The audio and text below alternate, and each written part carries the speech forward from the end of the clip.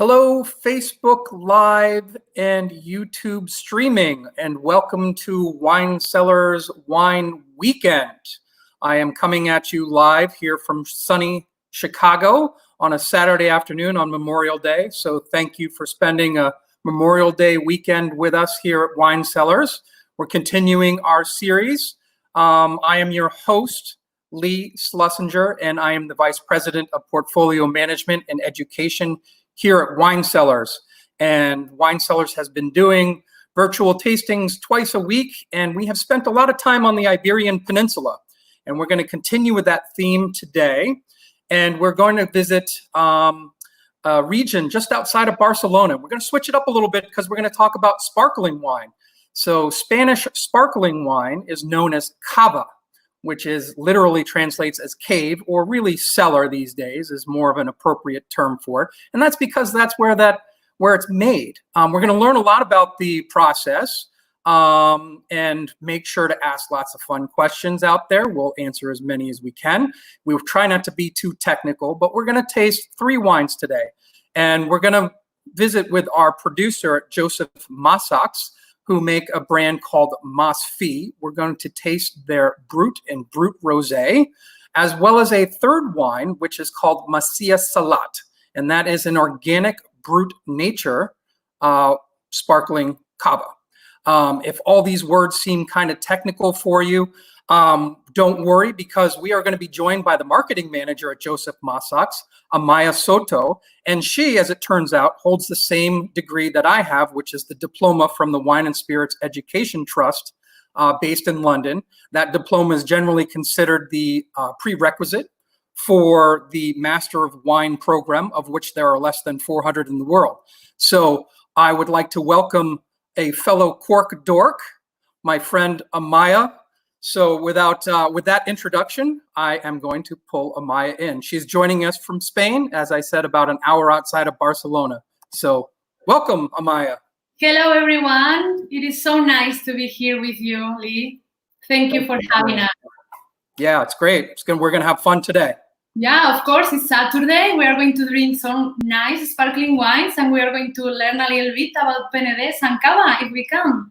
That's great. Before we get there, why don't you tell us a little bit about yourself? I saw that you have the diploma from the Wine and Spirits Education Trust, which was great. But tell us how you got in the wine industry and how you ended up in outside of Barcelona in the Penedes. Wow. Okay. I am originally from Basque Country. I have been living abroad for already 6 to 7 years. First, I lived in Bogota, in Colombia. Later, I spent almost 5 years in China. And now I have been here 1 year and a half. I don't know why I ended up in wine business. I was working in agencies, in marketing agencies, and of course I love wine. Who doesn't, right? And I thought it could be a very interesting path for me. So I started to dig in, and it is an amazing work because it really keeps you, right? The more you learn, the more you notice you know nothing, right? So, well, I have been working for Cavas Masachs already 5 years now, and I am not from the family, but I think that I will be able to explain to you all its magic. That's great. Let's dive right in, okay. And let's learn a little bit about maybe the history of cava and where it came about and why the word cava. I think it makes sense when we understand the production process, and the production process depends on the history. So let's get started. I'm going to pull in our presentation here. Okay. So we can start explaining that the first cava was produced in 1872, and it was created by Josep Raventós. He was the head of Codorniu Winery, and he was traveling around Europe, and suddenly he ended up in Champagne. And he learned about the sparkling wines, and he said, okay, this is a very nice thing. So he came back to Penedes with this idea of creating sparkling wines here also, the same idea of Champagne. So he started to do so, and later more wineries joined him in this idea of creating a kind of a small Champagne here, or establish maybe Penedes as the sparkling wine region of Spain, right? Later, as you can see there, in 1888, this guy, Manuel Raventos, he was the first one to, let's say, decide that the cava is going to be made with the three main varieties that we are going to learn later. About other interesting things, well, the word cava, as you say, means cave or cellar, and it started to be used in the 50s. Well, we can say that it wasn't like official until 1972, when Champagne asked us to stop using champagne or champagne, as we used to call it before, because it became like a protected geological region, right? So we changed it to cava officially. And I don't know, the great expansion of cava came in the 70s. And here we are working already in 120 countries. And well, I think that around 1986, the cava regions were defined, and we put the basis of the Dio Cava. Well, let's take a look at the map here and where we are. We're talking about the Penedes region, just outside of Barcelona. It's about you're about 40 miles, about an hour drive due west from Barcelona. Yeah, around 40 minutes drive. Depends on how fast you drive, but yeah, more or less. And here is the Penedes region. You see Barcelona over here to the right along the shore, and you're just inland a little bit here. And that is the main growing area, producing about 95% of all cava? Yeah, that's it. We need to explain that a little bit.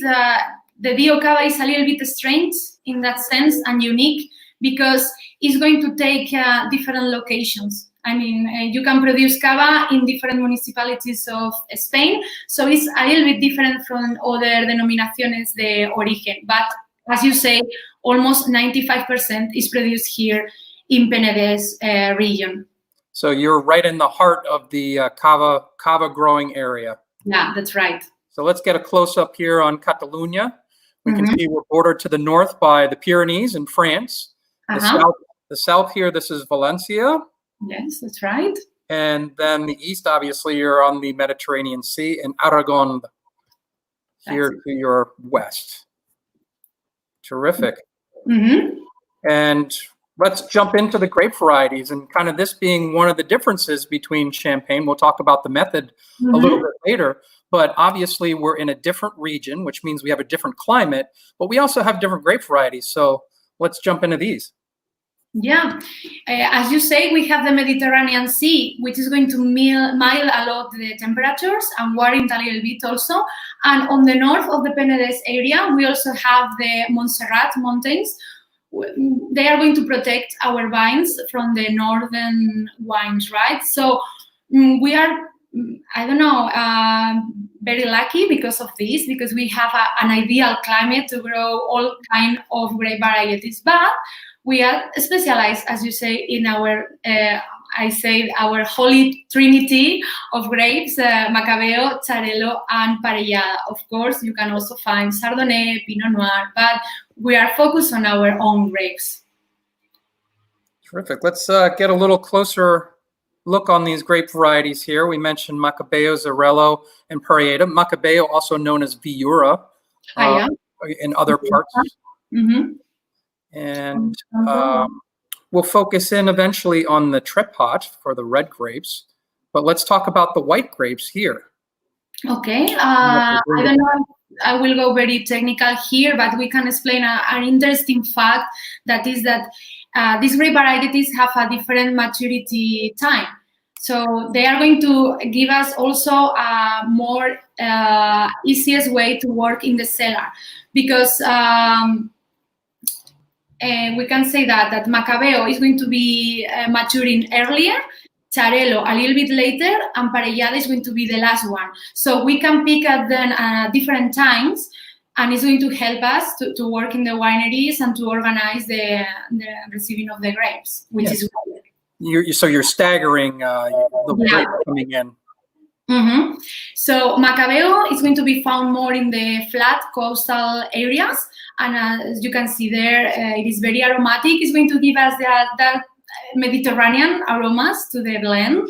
Charello, we can say that it is our structure. It's going to give us acidity, more length to the blend, a little bit more of nerve, we can say. It has a great balance between sugars and acidity. We are going to find Charello mostly in the Alt Penedes area, a little bit higher. And in the highest areas, we are going to find Parellada. Parellada is going to give us more delicate aromas, a little bit of more roundness character. Terrific. This is making me thirsty, so I think maybe we should enjoy a glass. Of course. So we're going to taste the Mas Fi. This is the Brut non-vintage. Okay. And what are the proportions of those grape varieties here while we open the bottles and get going? We are using a little bit more of Charello here because, as we say, it's going to give us a great balance of acidity and the body. We have 40% of Charello, 35% of Macabeo, and 25% of Parellada. Terrific. Hey, I've got a wine geek question for you. With a diploma, you should know this kind of the answer. I'm going to put you right on the spot. And you're in a sparkling wine production area, and no matter where you are, no matter what region, whether it's Champagne or Cava or in California or wherever you're producing sparkling wine, do you know how many rotations it takes? Oh my God, no. 10? I don't have any idea. Exactly 6. Oh, and it's 180 degrees. So just a wine geeky thing for us to just get sidetracked on. No, that's great to know. I am always so excited to open it. I never count it. It's like every time. Yeah, that's great. Very interesting. So tell us about the flavor profile and what you get out of the wine and what we should be looking for here. For me, this cava is a great example of young cava. And why? Because it's very fresh, very expressive, and you can find a lot of primary aromas, a typicity, because it came from the grape variety directly. You are going to find a lot of green apple, maybe pear, for me, citrus, I don't know, such as lemon. This is also a little bit mineral. Yeah, great amount of complexity on these wines. Yeah, actually, yes. It's going to age around 10 months in contact with the lees. That later we are going to learn more about this, but maybe you can try to keep that in mind. Yeah, I definitely get those mineral tones along with a lot of pear. Yeah, in my sample too, it has a lot of pear and mineral, and the acidity is great. It's not too aggressive, but at the same time, it's going to clean your palate. So, for example, now that you say that on Monday is Memorial Day, right? I think that this is interesting, super interesting idea for a barbecue, because I mean, I don't eat a lot of barbecue. It's not typical here, but I can imagine the barbecue sauce like a little bit sweet and maybe a little bit with the spicy, right, on it. So this is going to pair amazingly with that kind of choice, I think. Yeah, I'm actually working on. I went out and bought some shrimp today, so I'm going to have garlicky shrimp, which is kind of Catalan, no? Yeah, actually, yes. And garlic is quite difficult to pair with wine, and with cava is a good idea. Because garlic, as you know, is high flavor condiment. So with a lot of wines, it's going to enhance bitterness, and so cava is a great option for you there. All right. Well, I want to make sure that people at home are enjoying. So if anybody has questions, I'm going to pop over here. We have some friends joining us from San Diego. We have a friendly retailer, Simply Divine Oil and Wine, who stock these wines for us in San Diego. They're joining us from Southern California. Oh, hello there. So thanks for all the support out there. If you're in San Diego, go visit, and you can find these Mas Fi wines there. That could be great. So, all right, let's keep moving on, and maybe let's take a quick look at the process, or maybe should we talk about Trepat first as a grape variety and then move into the process? Yeah, maybe, yeah, we can comment a little bit about the red varieties that I think that we are going to learn more during the tasting, just a quick view. About the red varieties, we are using mostly Trepat, which is another native variety. And we are also using a little bit of Garnacha and Monastrell, but less and less with the time. We are trying to focus mostly on Trepat. We really think it's an amazing grape to produce sparkling wines. It has a lot of acidity. It has that kind of strawberry candied aromas, right? But without being very yummy, right? So yeah, we are quite excited about this grape variety. Correct. Another indigenous grape variety, along with Garnacha and Monastrell, which are accepted varieties as well, huh? Mm-hmm. Yeah. All right. Let's not get too technical here. Okay. We'll talk about the process. Okay. Well, let's see a little bit. First thing, to be able to call cava, it means that we need to employ the same process that for champagne winemaking, as we say, in which the second fermentation is going to take place within each individual bottle that you are going to later see in the market. So this is the most important thing of all. So now, about the steps, we can say quickly that after picking up the grapes, of course, the first step is going to be pressing. Here, maybe we can highlight two things. The first one, we are going to use whole cluster pressing because it's going to allow us to create a more delicate wines and to reduce a little bit the bitterness, so to speak. And the second important thing is that we apply a very low juice extraction.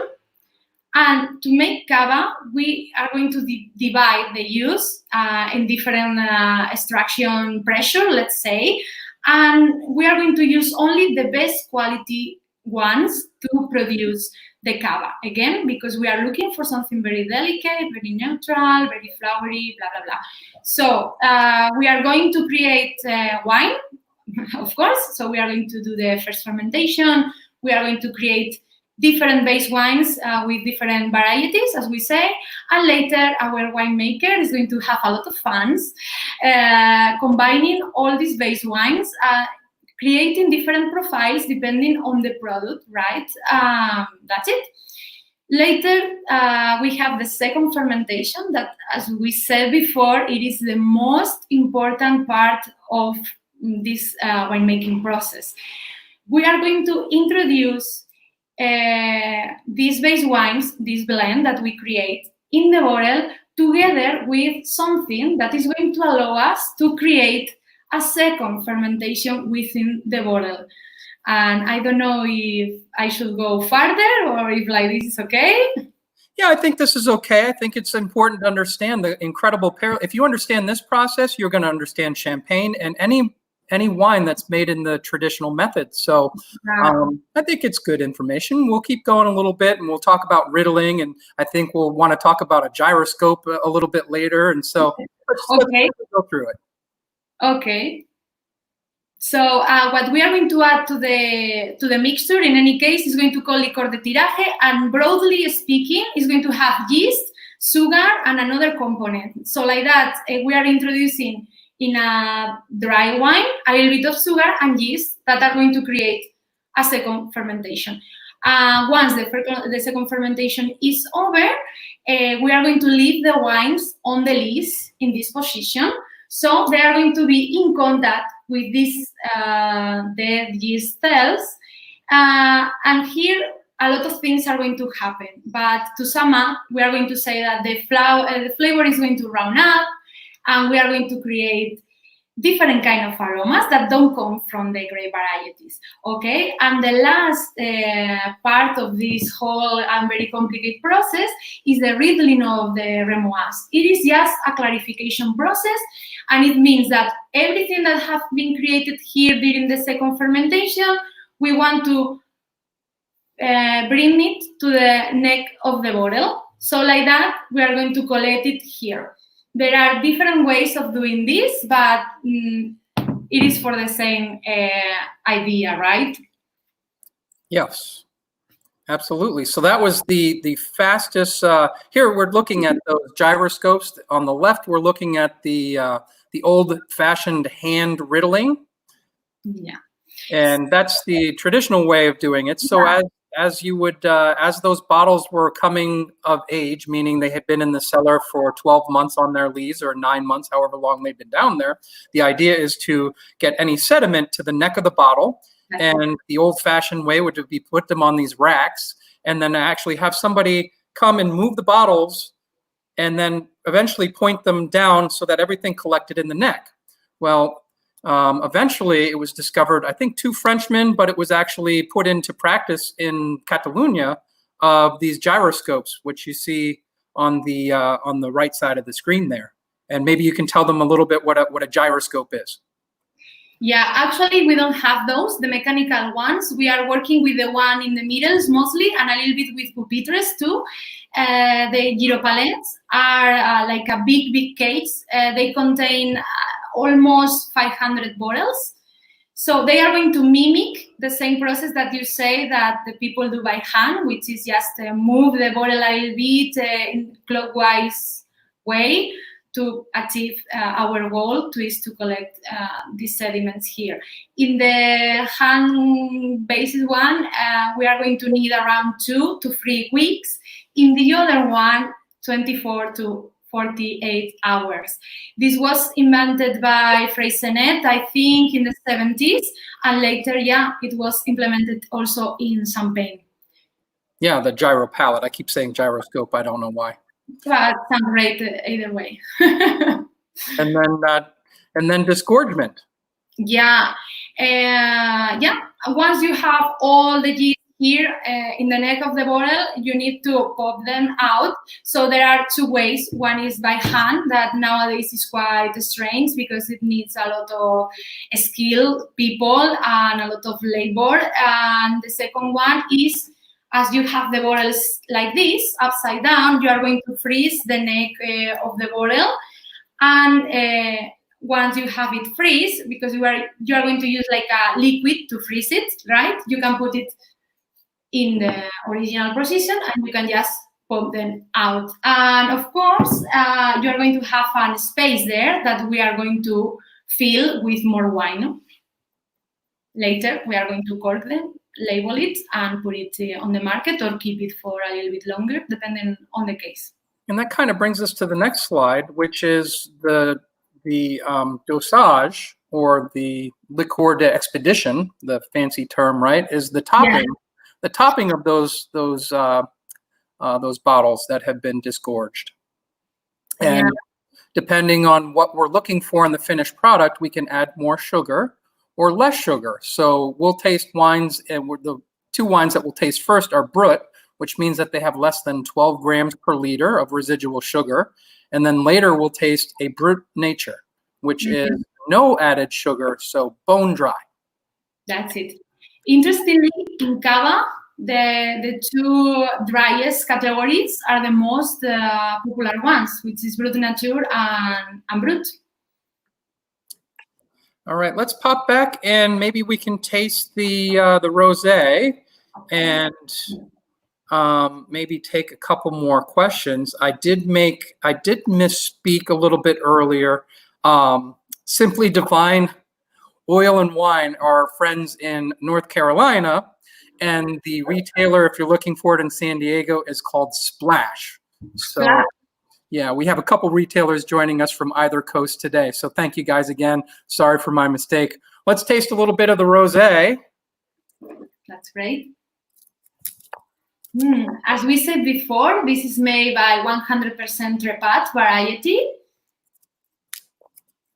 We are doing something, first thing, we didn't see all this because it was too much, but I need to say that only 8% of the cava produced today is rosé. But I think it's a category that is going to grow in the future for sure. So this is not as typical as you might think, which is great to have the opportunity to taste this kind of thing, I think. Yeah, only 8% of production isn't very much. We think about a lot of other regions. Even in Champagne, there's not that much rosé produced. I think it's less than 5% of total production. So, but it's just such a popular category for for us, we drink a lot of it here. Because of that, because I was thinking like, no, at least it should be, I don't know, 20, 30%, but no, it is still 80%, but for sure it's going to grow because if you try this kind of wine, you are going to be trapped. Absolutely. And very, very relatively pale color. Yeah. And has to be made with saignée, meaning we can't add red wine to finished wine. So it's actually made from red grapes that have been bled a little bit of the color seeps into the juice, and then we ferment that juice from the skins. Yeah. And then for you, the flavor profile here. It's super fresh. It is vibrant. You are going to find maybe a little bit of orange peel, also a little bit of strawberry, but again, it is not very yummy. It is a little bit kind of acid strawberry. Yeah, kind of like an underripe strawberry rather than a candied flavor profile. Yeah, it has that kind of herbal notes, the trepat, that I really like because it's quite special. Because my problem, for example, and this is something personal with the rosé wines, is that they are sometimes very sweet. I not mean sweet, but I mean that the profile is quite young and quite overripe. So I like trepat because of that, because it's going to be more light, more delicate. And with these grape varieties, what we do is try to harvest them a little bit earlier. So we can keep the alcohol down and we can keep the high acidity to create a great sparkling wine. Yeah, very fresh herbal style. And I'm not a big fan of the maybe more commercial styles, which are the sweeter or more fruit forward or candied fruit profiles. Really delicate profile here, which I think might make it even more food friendly. Yeah, I think so. For example, here I like to create crazy pairings, like for example with basmati rice or Indian food. I think that you can create really interesting pairings with this rosé cava. Yeah, I've actually paired this with lamb. It has it can stand up to it. You'd be surprised how sturdy these wines are. They can stand up to quite a bit of flavor. And just kind of this fresh herbal note and the fruitiness against the gaminess really seemed to pair for me. You think about putting mint jelly with lamb. This was the kind of same thing, the counterpoint. Yeah, or rosemary or this kind of, for sure. Yeah. So we have a question from Simply Divine. And does anyone ever try to correct faults after disgorgement? I mean, for that, you can use the dosage. I mean, if maybe you are thinking about making a batch Brut Nature, and if for any reason it has less body than you thought or something like that, you can keep that batch to produce a semi, for example, and a semi-cava for some kind of markets that they enjoy a little bit more of sweetness, because it's going to be around there and you are not going to find that kind of fault. But in general terms, no. Nowadays, everything is quite organized and we don't have this kind of necessity. But in that case, we will use it for more, let's say, higher dosage cava, in which, of course, the faults are not going to be as noticeable. But yeah, sugar is very forgiving, huh? You can add a little bit of sugar to wine with just a little bit of fault to it and not notice any fault. So you could potentially move it into that sweeter style and have it be perfectly acceptable. Yeah. It's going to be around there, it's going to evolve, and sometimes even you are creating something more interesting that if you decide to create Brut Nature. So it's a great way. But it's not usual. As I say, we mostly produce Brut Nature and Brut. Okay, let's go back to some categories. I think the categories will lead us into the next thing when we talk about Brut Nature and how to soften that, because sugar will actually soften the acidity. So without any sugar, sometimes these wines are so bright, so acidic that they don't seem balanced. So we actually add a little bit of sugar to these wines in order to compensate for that high level of acidity. And they still taste relatively dry if they have enough acidity. If you don't add sugar to it, we generally have to leave them in the cellar for longer. And we'll talk about that, I think, here with the next couple slides. Again, depending on the profile, once you blend the wine, and later, as you see how each batch is going to age in the cellar. You decide to keep it longer, or you decide, okay, this is ready to go, and we move it to just young cava. So here, as we say, is the sweetness level, and here you are going to find different categories depending on the aging time on the lees. This doesn't mean the aging time later after the disgorgement, only the time that the cava spends in this process that we explained before. So the main category is traditional cava or young cava, with a minimum aging time of 9 months, and you can see how it goes till cava de paraje calificado, which is kind of a new category, which requires at least 36 months of aging on the lees. And let's quickly touch again on the difference between champagne and cava. Okay. First thing, as we said before, we are using the same method to produce both the sparkling wine, which is traditional method or champenoise method. That's been said, we can find at least 5 main differences. The first one is the location. We have Champagne in France for Champagne, and we have Spain for cava. The second one are the main grape varieties. Of course, you can use more than these 3, but these are the main ones for each product. You have Chardonnay, Pinot Noir, and Pinot Meunier for Champagne, Xarel·lo, Macabeo, and Parellada for cava. The next important thing, of course, is the climate. And I would say that this is the main advantage of cava versus Champagne, so to speak, is that climatic, because we have more sunshine, which means that the grapes are going to mature fully. And as a result, cava doesn't need as much additional sugar as Champagne usually needs, as you say, to don't be as acidic or, well. So in Champagne, in general terms, they have very cold and very rainy weather, and here we have Mediterranean, which the wines are going to be a little bit more round and with less acid, right? Another very interesting fact that we don't communicate a lot, because for us it's something really normal, is that due to the weather, we can produce great vintages every year. In Champagne, they have quite complex weather, as we know, so they need to keep some base wines from one year to another. So the most Champagne that we are going to find in the market is going to be non-vintage.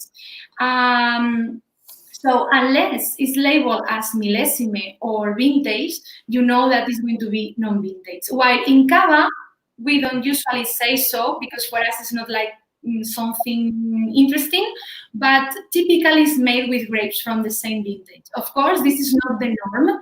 We can mix different vintages if we want to, but most cava on the market, or in the market, sorry, is going to be vintage, from the same vintage, let's say. And the last difference is that Champagne usually needs more aging time to show its potential. So the youngest Champagne is going to have 15 months on its lees, and at least 12 of them might be on the lees and another ones in the bottle, but, well, 15 months. While, as we say, cava, we can release it after 9 months. That is good information. I think that's as technical as we want to get, yeah, and that we'll get today. But I think it's important to see those parallels between Champagne and cava, and how you might be able to get another Champagne quality wine, yeah, obviously with a slightly different profile, but at a much more affordable price point. We haven't really talked about pricing yet on these wines, but all these wines are between $10 and $15 that we're going to be tasting today, compared to Champagne that really starts at around $30. minimum, yeah. Mm-hmm. So there's some, if you like these wines and you like quality, dry, sparkling wines, then this might be a good opportunity for you as maybe a more everyday type of drink. You don't have to wait until Memorial Day weekend to pull a cork. You can pull it on a Tuesday. For example, yeah. So why don't you tell us a little bit about the Masachs family? I think it's We've only been working with you guys less than 10 years, Yeah. but your history there, and Joseph Masachs started the company 100 years ago this year. That's right. Yeah, this year is our centenary, actually. Well, happy anniversary to you guys. Thank you. Thank you very much. So yeah, we can talk about the history, but as you can imagine, 100 years is a long run. We can be here like 5 hours talking about all this, and it's Saturday. So if for you it's okay, for me, I would like to just highlight the most important things that each generation leaves to our history. So like that, you can have a better understanding of who we are, but we can keep drinking and having fun, okay? Sounds great. Okay, so our winery was founded in 1920 when the Masachs' great-grandfather decided to plant vines and just made wine in his basement. Mostly for his own consumption or sharing just with family and closest friends. I think you have a picture of this man just below. Yeah, this is the founder, and he started all this like a hobby, right? Later, his son took his father's hobby to the next level, and he created a business out of it. He turned his house into a manufacturing center, and here is when we began to produce sparkling wines. As an interesting fact, our first label Cava was in 1950. After this, in the late 70s, the next generation took over the family business, and again, they take it to the next level. Their product started to be a little bit known, more consumed, so they bought a huge area outside Villafranca to create an amazing cava with a lot of space to this kind of products. And maybe we can keep going. Yeah, this is our winery nowadays still. Nowadays, the fourth generation of the family has arrived, and the difference, let's say, is that they are trying to keep this traditional history, but with a more innovative mindset. And that's it. Nowadays, we have commercial presence all over the world, but we are still mainly a family business. So our size allows us to use economies of scale. We are producing nowadays around 5 million bottles, but we are still a small business, so we can keep an eye on the quality, which is a very important thing for us. Yeah, we as wine sellers, we really fell in love with your capability that you were large enough for the economies of scale so that you could have good production and good prices, but you were still small enough where you cared about the quality and owned your own vineyards and were still connected to the land and produced something of quality. So that value proposition for us, you guys were the perfect size in terms of what we were interested in presenting to the market with our products. Yeah, I think it's a very interesting balance, let's say. In any case, as you probably know, in Penedes, it's quite normal to buy grapes from other wine growers because the land is super fragmented. So we own around 30 hectares of vines, but we have been working with the same wine growers for more than 50 years. So yeah, this is a challenge, but we love to create collaborative products with them. We always involve them in the whole process. We take all the decisions together. So yeah, it's a lot of work, but at the same time, it's very rewarded because we are creating something in a community. We are creating something together. And they know since the beginning what kind of product we are going to create in this plot, what kind of product we are going to create there. So it's a kind of very interesting and complex way of working.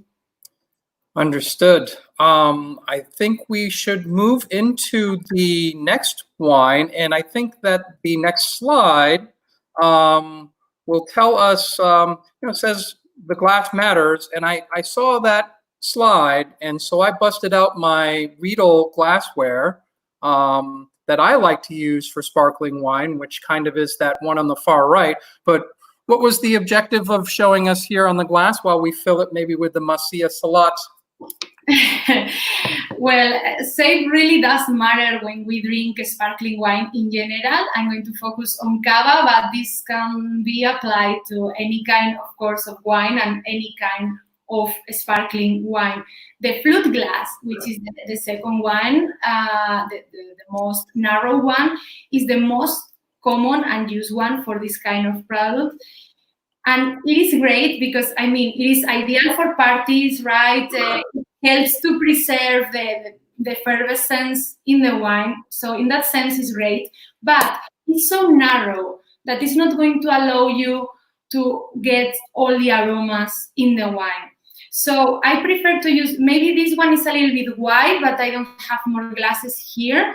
I prefer to use kind of a white wine glass, let's say, because it's going to help the cava to breathe and develop all these maduration aromas that we just explained. Of course, depends on the kind of cava, depends on the occasion, but if you want to learn more about this kind of aromas or complexity, or you are creating a pairing, I will suggest always the white wine glass. Yeah, that's what I generally have moved into. I moved away from those flutes, and then this is something developed specifically by Riedel that has kind of a white wine shape, and then like yours has a slightly more tapered, narrow top to concentrate those aromas. So you get more aromatic complexity while still positioning the wine properly on the palate. That's it. And it still keeps the fervescence well enough. So you don't need to worry like, oh, it's going to lose all the CO2. It's okay.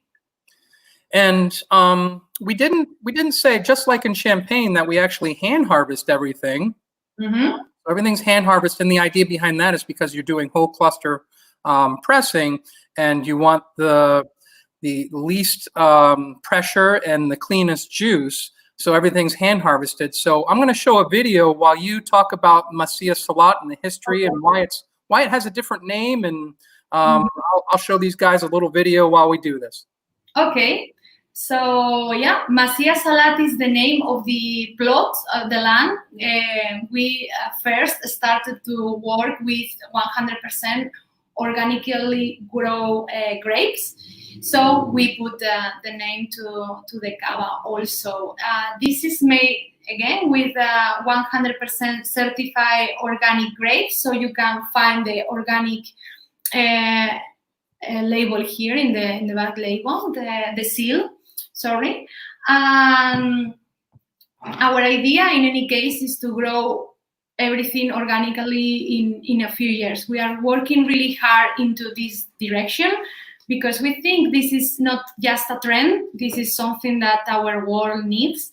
So we are working so hard on this with our wine growers. But again, all this project started in the Masia Salat land, so we decided to call like that. Maybe we can taste it. Yeah, let's taste it and see what we're dealing with here. We mentioned that it's Brut Nature, Brut Nature, which means that there's no sugar added to it, so it is bone dry. It is bone dry. We usually keep this one around 40 months on the lees. Usually it's 1 year, but we tend to keep it longer, around 14, as I say, because like that is going to soften the flavors. We are going to tame a little bit more toasty, yeasty, smoky kind of notes, which is the idea with this. Again, it's the same blend that we see before, 40% Xarel·lo, 35% Macabeo, 25% Parellada. And again, it's very expressive, very fruity. For me, or at least this sample, is a little bit more evolved than the other two that we taste. I can find a little bit more mature aromas, maybe, a little bit more overripe fruit. So for me, it's a little bit wider in the mouth, but the acidity is going to keep it alive, you know? Absolutely.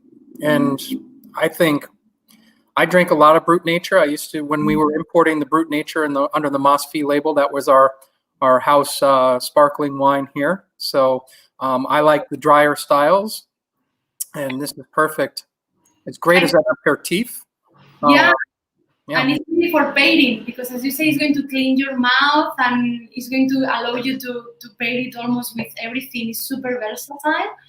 Anyway, there are a lot of people that maybe they are not used to drink sparkling wine, so they prefer, of course, a little bit more of sweetness, like the Brut that we saw before. But the more you taste and the more you drink, your palate is going to ask you for dryness because, well, but as everything is like coffee or like any other thing. Absolutely. So what would you pair with this as opposed to the other wines which we've talked about? I don't know. I think this cava can handle a lot of creamy sauce because it's going to cut through the sauce richness with the edgy, more kind of nerve acidity, right? It would be also particularly good with salads, maybe, and also with seafood or sushi. Yeah, I think maybe anything with some salt or fat to it is a perfect. Yeah, also. Any fry like here that we eat a lot of croquetas or croquette or any calamari, they're amazing with these too. My guilty pleasure, I don't like going out on New Year's Eve. It's a bad time to go out. Everybody's out, so it's difficult, it's expensive, expectations are never met. So I like staying home and doing something special at home. And what I like doing is a food and wine pairing. And one of my favorite food and wine pairings for New Year's Eve is fried chicken and sparkling wine. And I think this would do a great job on that. Yeah, actually, yes. I love, for example, Taiwanese fried chicken. Amazing with this kind of cava. Yeah, a little Korean chicken. Yeah, we have a lot of those places, very popular here. Yeah, so it's a great pairing. You really, guys, you should try this out because it's great. It's a very guilty pleasure, yeah. That's terrific. I don't want to keep you too late here on your Saturday night. I'll let you get to it, and I'll let our people get to their Memorial Day weekend plans, whatever that might be. Hopefully a rooftop deck or a patio somewhere, enjoying some Mas Fi. But before I let you go, I wanted to see if there was anything else you wanted to add or anything we might have missed. I feel like that we are okay. I mean, our idea with making this cava is all of you, to enjoy cava and to bring you the Mediterranean wherever you are. So this is our main goal, and that's what we try to do. We are keeping an eye on quality. We try to be more and more organic every day, and we try to do a really good job so you can enjoy it. That's great. And when lockdown ends and international travels again, I want everybody to make sure that they plan a trip to Barcelona. I finally made it to Barcelona a couple years ago, and I got to visit you at the Masachs family in the Penedes there. And so if you guys can make it to Barcelona, it's a fantastic city, and you can come visit Amaia. Of course, here we are with cava and waiting for you. That's terrific. Well, I'm gonna sign out here, but before I disappear, I want to let everybody know out there that we'll be back again on Wine Cellars Wine Wednesday. We're not going to, unfortunately, Amaia, we're not going to go to the Iberian Peninsula or be in Spain. We're going to go to rural France and taste our Montgrave wines. Also great. But until then, let's raise a sparkling wine toast to Cava and to Memorial Day, and let's stay safe out there. Thank you again. Thank you. Have a nice day. Ciao. Ciao.